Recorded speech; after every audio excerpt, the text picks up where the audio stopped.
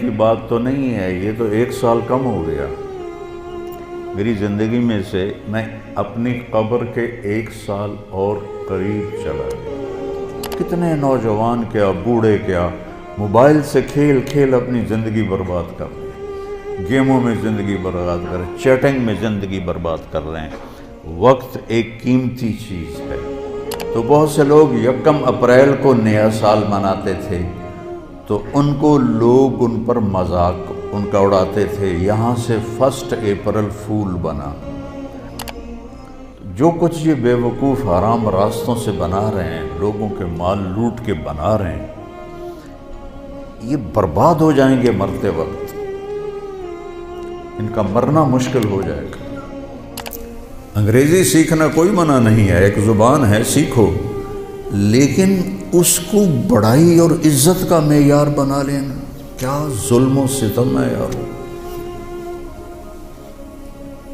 اپنے علم میں خود مختار بنو گے، اپنی طاقت حاصل کرو گے، اللہ سے تعلق بڑھاؤ گے، پھر نعرے لگاؤ، ایسے زندہ باد مرد آباد کیا فضولیات ہیں۔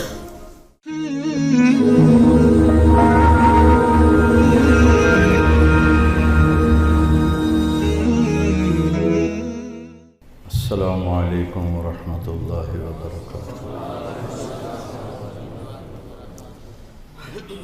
الحمد للہ رب العالمین، والصلاة والسلام علی سیدنا و مولانا محمد وعلی آلہ واصحابہ اجمعین، اما بعد۔ اعوذ باللہ من الشیطان الرجیم، بسم اللہ الرحمن الرحیم۔ هو الذي جعل الشمس ضياء والقمر نورا وقدره منازل لتعلموا عدد السنين والحساب وكل شيء فصلناه تفصيلا۔ وقال النبي صلى الله تبارك وتعالى عليه وسلم: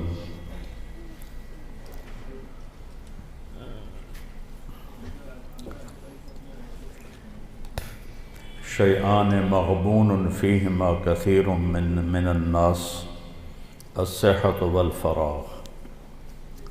وقال النبی صلی اللہ تبارک وتعالی علیہ وسلم: الدنیا دار من لا دار له ومال من لا مال له ولها یجمع من لا عقل له، او کما قال صلی اللہ تبارک وتعالی علیہ وسلم۔ میرے محترم بھائیو اور دوستو عزیزو، اکثر ماشاءاللہ نوجوان بیٹھے ہو۔ اللہ تعالیٰ نے زندگی کو بہت قیمتی بنایا ہے، اور زندگی وقت کے ساتھ گزرتی ہے۔ وقت اللہ کی ایک مخلوق ہے جو کچھ فاصلے میں ہے، اوپر وقت خط کوئی نہیں ہوتا ہے۔ آسمان کے اوپر اوقات کی کوئی حیثیت نہیں ہوتی۔ جنت میں بھی ٹائم زیرو ہو جائے گا، کروڑ سال کے بعد بھی وہ اسی جگہ پہ کھڑا ہوگا جہاں وہ کروڑ سال پہلے۔ یہاں اللہ تعالیٰ نے فرمایا کہ میں نے سورج اور چاند کو گردش دی، جس سے سال اور مہینے پیدا ہوئے۔ ویسے تو نئے سال میں کوئی نئی چیز نہیں، وہی جنوری آ گیا جو پچھلے سال آیا تھا، وہی فروری آئے گا جو پچھلے سال تھا، وہی مارچ آئے گا جو پچھلے سال تھا، وہی سردی ہے جو پچھلے سال تھی۔ کچھ بھی نہیں بدلتا، صرف ہندسہ بدلتا ہے کہ پہلے 23 لگا ہوا تھا، اب 24 ہو گیا۔ باقی سال میں تو نئی کوئی بھی چیز نہیں ہے، موسم بھی وہی ہیں، دن رات بھی وہی ہیں، بارش آندھیاں بھی وہی ہیں، دریاؤں کی روانی، ہمارے تو دریا خشک ہو گئے، وہی پہاڑوں پہ برف ہے، وہی آبشاریں ہیں، وہی چشمے ہیں، وہی پرندوں کی ڈاریں ہیں، وہی رات کا اندھیرا ہے، وہی دن کا اجالا ہے، وہی صبح و شام ہے، وہی کہیں رونا ہے، کہیں ہنسنا ہے، کہیں دکھ ہے، کہیں سکھ ہے، کہیں ظالم ہے، کہیں مظلوم ہے، کہیں بدکار ہے، کہیں نیکوکار ہے، کہیں دھوکے باز ہے، کہیں دیانتدار ہے۔ ہر چیز تو اسی طرح چل رہی تھی، تبدیلی کیا ہوئی ہے؟ اور کتنے پاگل پن کی بات ہے کہ خوشی منائی جاتی ہے۔ خوشی منانے کی بات تو نہیں ہے، یہ تو 1 سال کم ہو گیا میری زندگی میں سے، میں اپنی قبر کے 1 سال اور قریب چلا گیا۔ چونکہ ہمارے اوپر مغرب نے حکومت کی ہے، پوری دنیا پہ کی ہے، صدیوں کی ہے، تو جو مغلوب قومیں ہوتی ہیں، جو شکست خوردہ قومیں ہوتی ہیں، وہ فتح پانے والوں کی ہر چیز کو لے لیتے ہیں اور اس کے مطابق اپنی زندگی کو ڈھال لیتے ہیں۔ اسپین کی تاریخ میں پڑھ رہا تھا تو ایک پادری کی تحریر تھی کہ مجھے بہت گلہ ہے اپنے عیسائیوں سے،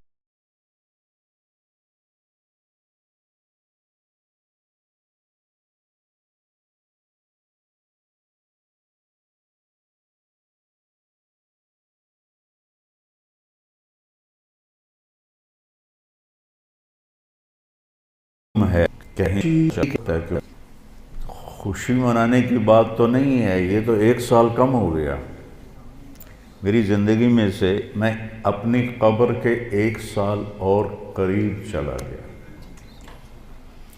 چونکہ ہمارے اوپر مغرب نے حکومت کی ہے، پوری دنیا پہ کی ہے، صدیوں کی ہے، تو جو مغلوب قومیں ہوتی ہیں، جو شکست خوردہ قومیں ہوتی ہیں، وہ فتح پانے والوں کی ہر چیز کو لے لیتے ہیں اور اس کے مطابق اپنی زندگی کو ڈھال لیتے ہیں۔ اسپین کی تاریخ میں پڑھ رہا تھا تو ایک پادری کی تحریر تھی کہ مجھے بہت گلہ ہے اپنے عیسائیوں سے کہ انہوں نے عربی لباس پہننا شروع کر دیا ہے، انہوں نے اپنی زبان چھوڑ کے عربی میں بولنا شروع کر دیا۔ اب جیسے ہماری نسل انگریزی میں بولتے ہیں، اردو میں بھی انگریزی شامل کرتے ہیں، پنجابی میں بھی انگریزی، بلکہ انگریزی بولنا ایک معیار بن گیا ہے۔ اس قدر حماقت ہے کہ معیار تو انسانیت ہے۔ اچھا انسان بڑا آدمی ہوتا ہے، انگریزی بولنے والا بڑا، انگریزی بولنے والوں نے تو ملک لوٹ لیا۔ بڑا انسان اپنی صفات سے بنتا ہے، بڑا مالدار اور چیز ہے اور بڑا انسان اور چیز ہے۔ ایک شخص بہت بڑا، یہ بہت بڑا آدمی ہے کیونکہ بہت زیادہ پیسے ہیں، یہ بڑا مالدار ہے، یہ بڑا آدمی نہیں ہے، یہ بڑا انسان نہیں ہے۔ ان اکرمکم عند اللہ اتقاکم، سب سے زیادہ عزت والا اور بڑا آدمی اللہ کہتا ہے وہ ہے جو تقوی والا ہے۔ تو بدلا تو کچھ بھی نہیں، یہ جنوری شروع ہو گیا ہے، پھر فروری آ جائے گا، پھر چلتے چلتے پھر دسمبر آ جائے گا، پھر ایسے موسم گم ہو جائے گا اور ہماری زندگی کا 1 سال اور گھٹ جائے گا۔ کچھ چیزیں یاد رہ جاتی ہیں، حادثات، واقعات، باقی آدمی سب کچھ بھلا دیتا ہے۔ اتنی عمر گزار کے ماضی میں دیکھوں تو کچھ یاد ہے، اکثر بھول گیا ہے۔ البتہ پچھلے سال کا جو میرے بیٹے کی وفات کا حادثہ ہے وہ شاید مجھے موت ہی بھلائے گی، اس سے پہلے تو بھولنے کا کوئی شکل نظر نہیں آتی۔ اس کا وقت تھا، وہ چلا گیا۔ تو 2023 تو میری زندگی میں ہمیشہ ہی مجھے دکھ دیتا رہے جب تک میری زندگی باقی ہے۔ تو وقت ایک بہت بڑی دولت ہے۔ جن جن چیزوں سے وقت پیدا ہوتا ہے اللہ نے سب کی قسم اٹھائی ہے۔ وقت زمین آسمان کے درمیان کی مخلوق ہے۔ تو والسماء والطارق، آسمان کی قسم، ستارے کی قسم، والنجم، ستارے کی قسم، ستاروں کی گردش سے وقت بنتا ہے، والشمس وضحاہا، سورج کی قسم، اس کی روشنی کی قسم، والقمر اذا تلاہا، چاند کی قسم، تو چاند اور سورج کی گردش سے وقت بنتا ہے، جو میں نے پہلے آپ کو خطبے میں آیت پڑھی کہ جس نے سورج کو ضیاء بنایا۔ ضیاء کہتے ہیں جو خود روشنی پیدا کرتا ہو۔ والقمر نورا، اور چاند کو نور بنایا جو کسی سے روشنی لے کر روشن ہوتا ہو، اس لیے ان دونوں میں اللہ نے فرق کیا۔ چاند کو ضیاء نہیں فرمایا، چاند کو نور فرمایا، سورج کو ضیاء فرمایا کہ ضیاء اپنی روشنی خود بنا رہا ہے اور چاند سورج سے روشنی لے رہا ہے۔ اور سورج کے اندر جو ہیلیم گیس ہے وہ ہر سیکنڈ میں دھماکہ کرتی ہے، ہر سیکنڈ میں، اور اس دھماکے سے اتنی انرجی پیدا ہوتی ہے کہ اگر 50 لاکھ ایٹم بم ایک وقت میں پھاڑے جائیں تو زمین تو پھر نظر ہی نہیں آئے گی کہاں گئی۔ تو سورج میں ہر سیکنڈ میں ہیلیم نائٹروجن میں بدلتی ہے، اور اس سے جو اس تبدیلی میں جو ایک دھماکہ ہوتا ہے 50 لاکھ ایٹم بم پھاڑنے کے برابر اس کی طاقت ہوتی ہے، اور اس سے جو شعلے نکلتے ہیں وہ 1-1 لاکھ کلومیٹر لمبے ہوتے ہیں۔ 1920 میں ایک شعلہ سورج سے یہاں سے اٹھا اور یہاں پہنچ گیا، سورج کی سطح پر ہی۔ تو اس وقت سائنس بھی اتنی طاقتور نہیں تھی، اس زمانے میں اس شعلے کی طاقت کو ناپا گیا تو اس میں اتنی انرجی تھی کہ اگر اس انرجی کو انسان قابو کرتا تو 10 کروڑ سال کے لیے پوری دنیا کو بجلی کافی ہو جاتی، پاکستان نہیں پوری دنیا کو بجلی کافی ہو جاتی۔ تو سورج اپنی روشنی خود پیدا کرتا ہے اللہ کے امر سے، وہ تو خود کچھ بھی نہیں۔ چاند اس سے روشنی لیتا ہے، تو چاند نور ہے، سورج ضیاء ہے۔ پھر اللہ تبارک و تعالیٰ نے زمین کی قسم اٹھائی کہ اس کی گردش سے وقت میں دن اور رات آتے ہیں، والارض وما طحاہا ونفس وما سواہا، پھر ہمارے اوپر وقت گزرتا ہے، ہماری قسم اٹھائی، واللیل اذا یغشا، رات وقت کا حصہ بنتی ہے، اللہ نے رات کی قسم کھائی، والنہار اذا تجلی، دن اللہ کا دن ہمارے وقت کا حصہ بنتا ہے، اللہ تعالیٰ نے پھر اس کی قسم اٹھائی۔ ہر وہ چیز جو وقت کے بننے میں استعمال ہو رہی ہے اللہ اس کی قسم اٹھا رہا ہے، یہ بتانے کے لیے کہ یہ جو سانس ہے نا اب یہ کبھی واپس نہیں آئے گا۔ گئی دولت واپس آ جاتی ہے، گئی صحت واپس آ جاتی ہے، گری عمارت دوبارہ بن جاتی ہے، لیکن یہ جو سانس وقت نے لیا ہے واپس نہیں آ سکتا ہے۔ دن اور رات کتنے بڑے ڈاکو ہیں کہ علل اعلان ہماری زندگی کو کھاتے جا رہے ہیں، کھاتے جا رہے ہیں، کھاتے جا رہے ہیں۔